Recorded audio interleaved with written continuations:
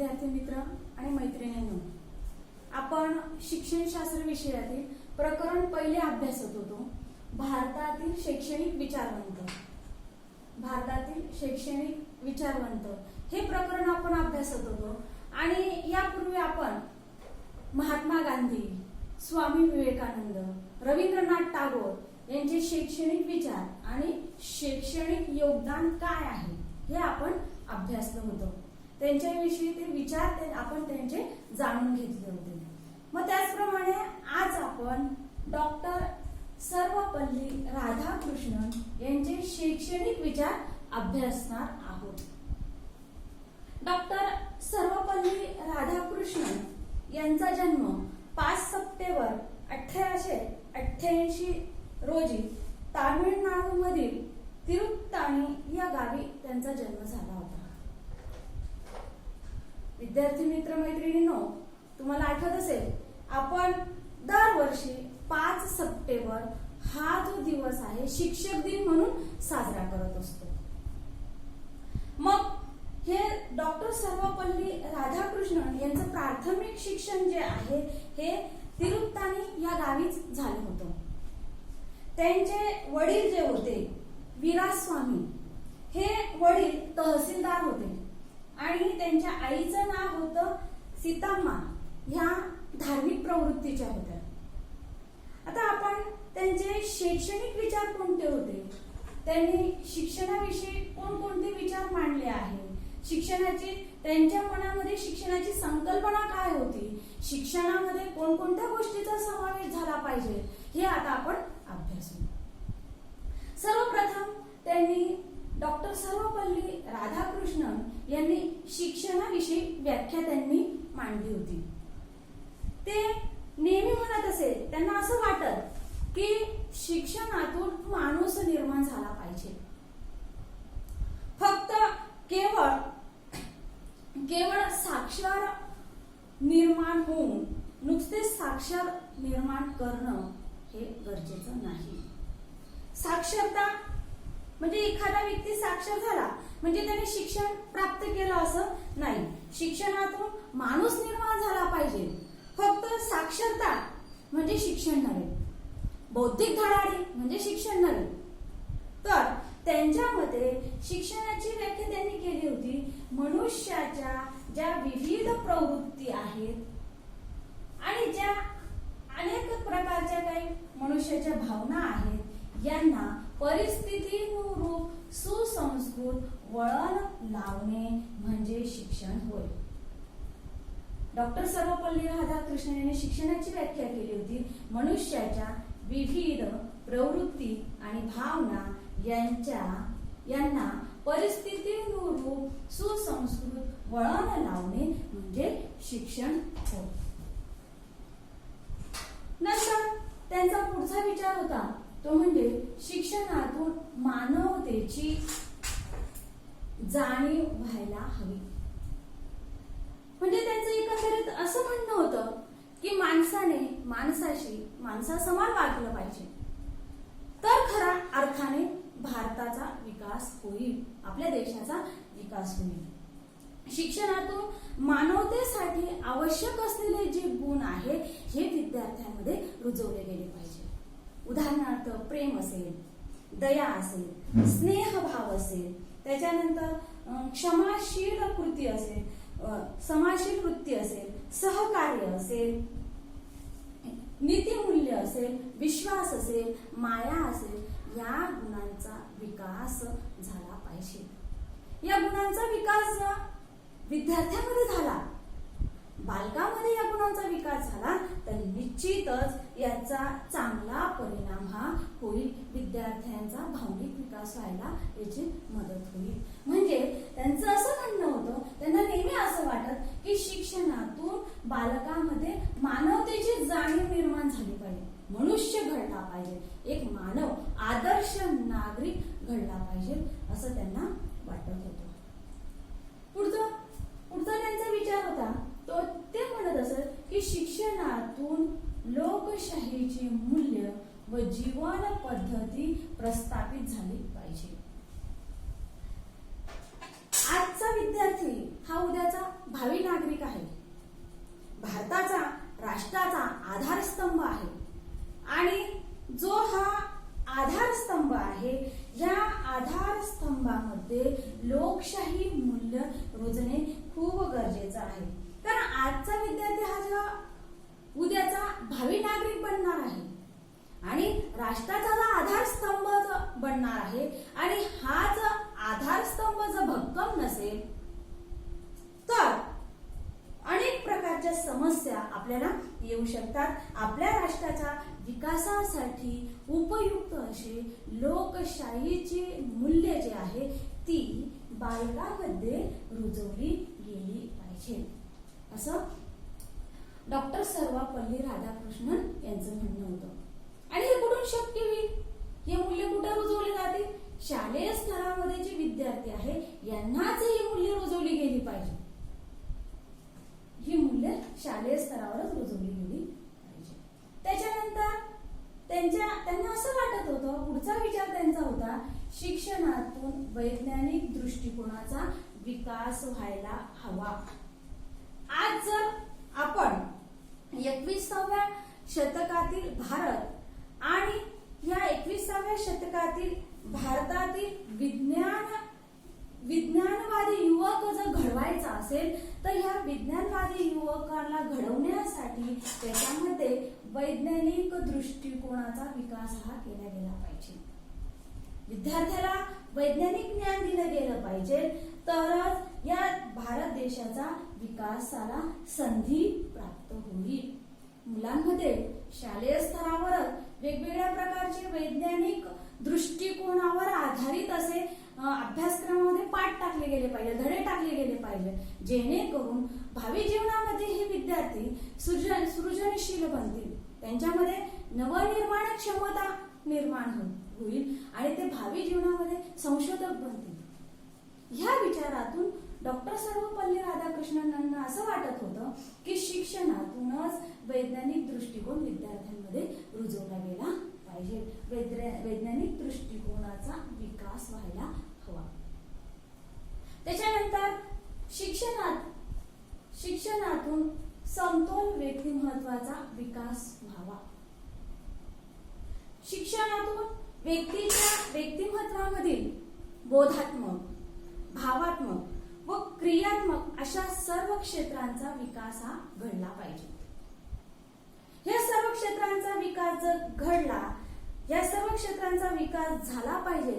हा विकास झाला तर जेणेकरून शिक्षणामधून एक आदर्श नागरिक तयार होईल.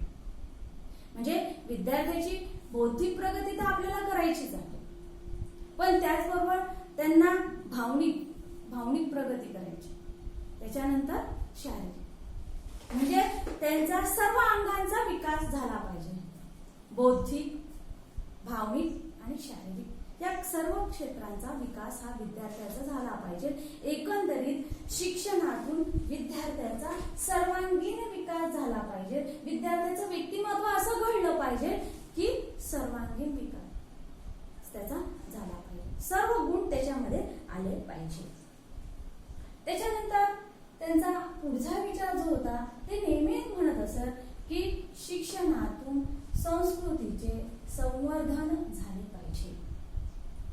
विद्यार्थी मित्र-मैत्रिणींनो, आपण संस्कृती म्हणजे मग काय म्हणतो आपण, त्याच्यामध्ये काय काय गोष्टींचा समावेश होतो? धर्म, आचार, विचार, चालीरीती, रूढी, परंपरा, वेशभूषा या गोष्टींचा समावेश हा संस्कृतीमध्ये होत असतो. आणि ह्या संस्कृतीमध्ये ह्या आताचा आपण युवक बघितला, आताचा जर बालक आपण बघितले तर पाश्चात्य संस्कृतीच्या संपर्कात आल्यामुळे, पाश्चात्य लोकांच्या संपर्कात आल्यामुळे आजचे जे युवक आहे पाश्चात्य संस्कृतीचं अंध अनुकरण करत आहे. आणि त्यामुळे काय होत आहे, आपली भारतीय संस्कृती जी आहे ह्या भारतीय संस्कृती लयाकडे चालली आहे. म्हणजे भारतीय संस्कृतीचा लोकांना विसरच पडला आहे आणि फक्त पाश्चात्य संस्कृतीप्रमाणे वागायचं आणि आपलं मोठेपण दाखवण्याचा बालक हा प्रयत्न करत असतो. पण मात्र मग शिक्षणातून हे योग्य आहे का? नाही. आपण ज्या देशामध्ये राहतो ते देशाची संस्कृती आपण जाणली पाहिजे, त्या संस्कृतीचा आपल्याला अभिमान वाटला पाहिजे. ह्या उद्देशाने हा विचार घेऊनच बालकांमध्ये संस्कृती संवर्धन म्हणजे भारतीय संस्कृतीचे संवर्धन केले गेले पाहिजे. शिक्षणातून विद्यार्थ्यांना आपल्या मूळ संस्कृतीचा ठेवा हा कळला पाहिजे. मूळ संस्कृती आपली भारतीय जी संस्कृती ही टिकवली गेली पाहिजे. भारतीय संस्कृती श्रेष्ठ कशी आहे याविषयी त्यांना माहिती दिली गेली पाहिजे. म्हणजे आजचा युवक जो आहे तो उद्याची पिढी घडवणार आहे. आजच्या विद्यार्थ्यांना जर संस्कृतीचं आपल्या भारतीय संस्कृतीचं श्रेष्ठत्व कळलं, त्याच्याविषयी माहिती मिळाली, तर हाच युवक आजचा आपला जो विद्यार्थी आहे तो उद्याचा भावी काळ उद्याची पिढी घडवणार आहे. आणि ही उद्याची पिढी जर घडवणार आहे याला जर आपण हे त्यांना जर संस्कृतीचं महत्व पटवलं, भारतीय संस्कृतीविषयी माहिती जर त्याला असेल तर निश्चितच तो आपली पुढची पिढी चांगली घडवेल. पण या व्यतिरिक्त जर आपण पाश्चात्य संस्कृतीचं जर अंध अनुकरण करत असू तर भारतीय संस्कृतीचं संवर्धन होणं अशक्य आहे. मग हा विचार त्यांच्या मनामध्ये तेव्हा आला होता. त्या काळी त्यांना समजत होतं की पुढची पिढी अशी घडणार आहे, पुढच्या पिढीमध्ये असा प्रकार होणार आहे. त्यावेळेस त्यांनी तो विचार केला होता. तो आज आपण बघत आहोत. आज भी वास्तव तीच गोष्ट आपल्याला दिसून येत आहे. वास्तवता तशीच दिसते, आपण मी तेच करत आहोत. पण मात्र कुठंतरी विचार केला पाहिजे आणि आपली जी संस्कृती आहे या संस्कृतीचा आपल्याला अभिमान वाटला पाहिजे. शिक्षणातून विद्यार्थ्यांमध्ये आपल्या संस्कृतीचे संवर्धन कसे होईल याविषयी त्यांना माहिती दिली गेली पाहिजे. त्याच्यानंतर त्यांचा पुढचा विचार जो होता ते शिक्षणाविषयीच्या अभ्यासक्रमाविषयी म्हणजे अभ्यासक्रमाविषयी म्हणत होतं की अभ्यासक्रमातून व्यक्ती, समाज आणि निसर्ग यांच्याविषयी परिपूर्ण ज्ञान मिळालं पाहिजे. अभ्यासक्रम आपण ज्या परिसरात राहतो, आपण ज्या समाजात राहतो, आपण ज्या नैसर्गिक वातावरणामध्ये राहत आहोत, ह्या आजूबाजूच्या आपल्या परिसराचे, आपल्या समाजाची वैशिष्ट्य काय काय आहे, त्याच्या गरजा कोणत्या आहेत आणि ह्या गरजा पूर्ण करण्यासाठी आपल्याकडून कोणकोणते प्रयत्न केले जात आहेत, कोणते प्रयत्न करण्याची आवश्यकता आहे, ह्या गोष्टी विद्यार्थ्याला कळल्या पाहिजे. या गोष्टी कळाव्यात यासाठी अभ्यासक्रमामध्ये व्यक्ती, समाज आणि निसर्ग यांच्याविषयी पूर्ण म्हणजे या विषयी म्हणजे या गोष्टींचा समावेश केला गेला पाहिजे. म्हणजे आजूबाजूच्या परिसराविषयी माहिती विद्यार्थ्यांना दिली गेली पाहिजे हे. आणि आपण ज्या निसर्गात राहतो ते निसर्गाचं आपण काही देणं आहे या विचारातून म्हणजे आपणही काहीतरी त्याच्यासाठी केलं पाहिजे, झाडं लावली पाहिजे, वृक्ष संवर्धन केलं पाहिजे. या विचारातून म्हणजे विद्यार्थ्यांमध्ये एकंदरीत अभ्यासक्रम जो तयार केला जाणार आहे तो अभ्यासक्रम तयार करताना व्यक्तींचा विचार केला गेला पाहिजे. ते समाज, आजूबाजूच्या परिसरातील व्यक्ती असतील, समाज असतील, निसर्ग आहे यांचा परिपूर्ण ज्ञान त्या अभ्यासक्रमामध्ये अंतर्भूत झालं पाहिजे. त्या गोष्टींचा समावेश झाला पाहिजे. त्यानंतर ते पुढचा विचार त्यांचा होता ते म्हणजे शिस्तीच्या बाबतीत. ते असं म्हणत होते, त्यांना असं वाटत की शिक्षणातून स्वयंशिस्तीचे धडे मिळावे. डॉक्टर सर्वपल्ली राधाकृष्णनांना असं वाटत होतं की मुलांना, बालकांना बाहेरून शिस्त लावली तर हे योग्य नव्हे. त्याऐवजी विद्यार्थ्यांना स्वयंशिस्त लावली गेली पाहिजे. विद्यार्थ्यांना स्वयंप्रेरित केलं गेलं पाहिजे. स्वयंप्रेरणेने विद्यार्थ्यांनी त्या शिस्तीचं पालन केलं पाहिजे. म्हणजे शिक्षक रागवतील, शिक्षक शिक्षा करतील तर मग त्या गोष्टी आपण ऐकायच्या. आणि शिक्षक रागवतील, शिक्षक बोलतील म्हणून आपण ते करायचं नाही. म्हणजे एकंदरीत काय, शिक्षकांच्या दबावाखाली आपण त्या गोष्टी कर. पण मात्र विद्यार्थ्यांमध्ये स्वयंप्रेरणेने ही शिस्त निर्माण झाली पाहिजे. विद्यार्थ्यांना शिक्षकांनी विश्वासात घेतलं पाहिजे. म्हणजे शिक्षकांनी जर विद्यार्थ्यांना विश्वासात घेतलं तर एकंदरीत विद्यार्थी बेशिस्त वागतील असं होणार नाही. म्हणजे बेशिस्तीचा प्रश्नच निर्माण होणार नाही. म्हणजे शालेय स्तरावर विद्यार्थ्यांना जर शिस्त लावायची असेल तर ती शिस्त लावण्यासाठी त्यांना स्वयंप्रेरित केलं पाहिजे, स्वयं शिस्त लावली गेली पाहिजे. याच्यातूनच या स्वयंशिस्तीतून जे विद्यार्थी आहे यांच्या वर्तनात जो बदल होईल, परिवर्तन जे होईल ते कायमस्वरूपी होईल.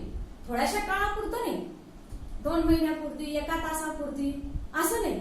म्हणजे स्वयंशिस्तीने जर स्वयंशिस्त जर विद्यार्थ्यांना लागली, याच्यातून विद्यार्थ्याच्या वर्तनात जे परिवर्तन होईल, जो बदल होईल, तो बदल कसा होईल, कायमस्वरूपी टिकणारा असा बदल होईल. म्हणजे कायमस्वरूपी त्यांना ती शिस्त लावून जाणार आहे. त्याच्यानंतर आहे पुढचा मुद्दा जो आहे तो म्हणजे स्त्रियांना शिक्षणाची व स्वयंविचाराची पूर्ण संधी मिळाली पाहिजे. विद्यार्थी मित्रांनो, डॉक्टर सर्वपल्ली राधाकृष्णन यांचं असं म्हणणं होतं की कोणताही समाज जर घेतला तर हा जो समाज आहे या समाजाची आध्यात्मिक आणि सांस्कृतिक प्रगती जी आहे, सांस्कृतिक स्थिती जी आहे ही महिला वर्गावर अवलंबून आहे. म्हणजे कोणत्याही समाजाची आध्यात्मिक आणि सांस्कृतिक स्थिती जी आहे त्या समाजातील स्त्रियांच्या स्थितीवर अवलंबून आहे. म्हणजे त्या समाजातील जर स्त्रिया शिकल्या, साक्षर झाल्या तर निश्चितच पूर्ण समाजामध्ये त्या शैक्षणिक प्रगती ही होऊ शकेल. त्यामुळे त्याचा कौटुंबिक, सामाजिक आणि राष्ट्रीय विकासाला संधी प्राप्त होणार आहे. भारत देश घेतला, समजा भारत देशामध्ये 50% स्त्री महिला आहे आणि 50% पुरुष आहे. आणि यामधून जर आपण फक्त 50% पुरुषांना जर शिक्षण देत असो, त्यांना शिक्षणाचा अधिकार असेल, आणि 50% जर महिला आहे यांना शिक्षणाचा अधिकार नाही, यांना शिक्षणापासून वंचित ठेवलं तर काय होईल? म्हणजे पूर्ण भारत देशाचा विकास होऊ शकेल का? नाही. म्हणजे पूर्ण 100% जे जनता आहे, 100% लोक जर पूर्ण साक्षर झाले, 100% लोक जर पूर्ण कमावते झाले तरच मात्र भारत देशाचा विकास होईल. म्हणून भारतामध्ये स्त्रियांची स्थिती ही वाईट, म्हणजे त्यांना वेगवेगळ्या प्रकारच्या रूढी परंपरा यांच्यामध्ये जपडून ठेवण्यात आलं होतं. ते महिला असेल, मुलगी असेल तर तिने फक्त शिक्षणाऐवजी धंदा खा, उष्टी काढा एवढं काम तिला करावी लागत होती. म्हणजे ही मग त्या व्यतिरिक्त महिलांनाही शिक्षण दिलं गेलं पाहिजे. आणि ह्या महिलांना, स्त्रियांना जर शिक्षण मिळालं तर राष्ट्राचा विकास घडण्यास याची संधी, म्हणजे राष्ट्राचा विकास होण्यास याची मदत होईल. म्हणून त्यांना असं वाटत होतं, डॉक्टर सर्वपल्ली राधाकृष्णनांना असं वाटत होतं, स्त्रियांना शिक्षणाची व स्वयंविकासाची पूर्ण संधी मिळाली पाहिजे. आपण डॉक्टर सर्वपल्ली राधाकृष्णन यांचे शैक्षणिक विचार आपण अभ्यासत आहोत. यामध्ये डॉक्टर सर्वपल्ली राधाकृष्णन यांचं अष्टपैलू असं व्यक्तिमत्व होतं. म्हणजे डॉक्टर सर्वपल्ली राधाकृष्णन हे चेन्नईच्या प्रेसिडेन्सी कॉलेजमध्ये त्यांनी स्वतः प्राध्यापक म्हणून काम केलं होतं. स्वतः ते अध्यापनाचं काम करत होते, स्वतः विद्यार्थ्यांना शिकवत होते. त्या व्यतिरिक्त ते विद्यापीठ शिक्षण आयोगाचे अध्यक्ष म्हणून त्यांची नेमणूक करण्यात आली होती आणि ही महत्वाची भूमिका त्यांनी बजावली होती. अजून त्यांच्याविषयी सांगायचं म्हटलं तर डॉक्टर सर्वपल्ली राधाकृष्णन यांना भारतातील आंध्र विद्यापीठ आणि बनारस हिंदू विद्यापीठ या 2 विद्यापीठाचे कुलगुरू पद देखील त्यांनी भूषवलं होतं. आणि या व्यतिरिक्त ते उपराष्ट्रपती, राष्ट्रपती हे पद देखील त्यांनी महत्वाची भूमिका त्यांनी या ठिकाणी देखील बजावली होती. मग डॉक्टर सर्वपल्ली राधाकृष्णन जरी विद्यापीठ शिक्षण आयोगाचे अध्यक्ष होते, कुलगुरू होते, तसंच अजून ते जरी उपराष्ट्रपती होते, राष्ट्रपती होते, तरी त्यांच्यातला शिक्षक हा जिवंत होता. ते राष्ट्रपती उपराष्ट्रपती पदापर्यंत जरी पोहोचले तरी ते शिक्षकांना वेगवेगळ्या प्रकारचे व्याख्याने देत होते, शिक्षकांना वेगवेगळ्या प्रकारचं प्रोत्साहन देत होते आणि शिक्षकांना प्रेरणा, जो अंधकार नष्ट करतो तो शिक्षक असं म्हणणं. डॉक्टर सर्वपल्ली राधाकृष्णन नेहमी म्हणत, जो अंधकार नष्ट करतो तो खरा शिक्षक. असा त्यांचा जो विचार होता, या विचारातूनच त्यांना अतिशय महत्वाचा, आज आपण त्यांचा जन्मदिवस कायमस्वरूपी आपण दरवर्षी त्यांचा जन्मदिवस शिक्षक दिन म्हणून साजरा करत असतो. आता विद्यार्थी मित्रांनो, हे बघा, इकडं लक्ष द्या व्यवस्थित. डॉक्टर सर्वपल्ली राधाकृष्णन यांचे शैक्षणिक विचार, त्याच्यामध्ये आपण त्यांचा पहिला विचार अभ्यासला, शिक्षणाची व्याख्या. त्यामध्ये त्यांनी म्हटलं होतं, मनुष्याच्या विविध प्रवृत्ती आणि भावना यांना परिस्थितीनुरूप सुसंस्कृत वळण लावणे म्हणजे शिक्षण होय. त्यानंतर नंबर 2, शिक्षणातून मानवतेची जाणीव झाली पाहिजे, म्हणजे विद्यार्थ्यांमध्ये प्रेम, स्नेह, दया हे गुण विकसित झाले पाहिजे. त्याच्यानंतर शिक्षणातून लोकशाहीची मूल्य व जीवन पद्धती प्रस्थापित झाली पाहिजे. त्याच्यानंतर त्यांचा पुढचा विचार जो होता तो म्हणजे शिक्षणातून विद्यार्थ्यांमध्ये, बालकांमध्ये वैज्ञानिक दृष्टिकोनाचा विकास व्हायला हवा. शिक्षणाविषयी त्यांना अजून काही वाटत होतं तर ते म्हणत होते की शिक्षणातून शिक्षणातून समतोल व्यक्तिमत्वाचा विकास व्हावा. एकंदरीत शिक्षणातून सर्वांगीण विकास झाला पाहिजे. त्यानंतर शिक्षणातून संस्कृतीचे संवर्धन झाले पाहिजे, संस्कृती ही टिकली पाहिजे. त्याच्यानंतर अभ्यासक्रम जो आहे, विद्यार्थ्याचा जो अभ्यासक्रम आहे, विद्यार्थ्यासाठी जो अभ्यासक्रम तयार करण्यात येणार आहे, ह्या अभ्यासक्रमातून व्यक्ती, समाज आणि निसर्ग यांचा विषयी परिपूर्ण ज्ञान मिळालं पाहिजे. त्यानंतर 8वा मुद्दा होता, शिक्षणातून स्वयंशिस्तीचे धडे बालकाला मिळायला पाहिजे. त्यानंतर स्त्रियांना शिक्षणाची व स्वयं विकासाची पूर्ण संधी मिळाली पाहिजे. या अशा प्रकारे आज आपण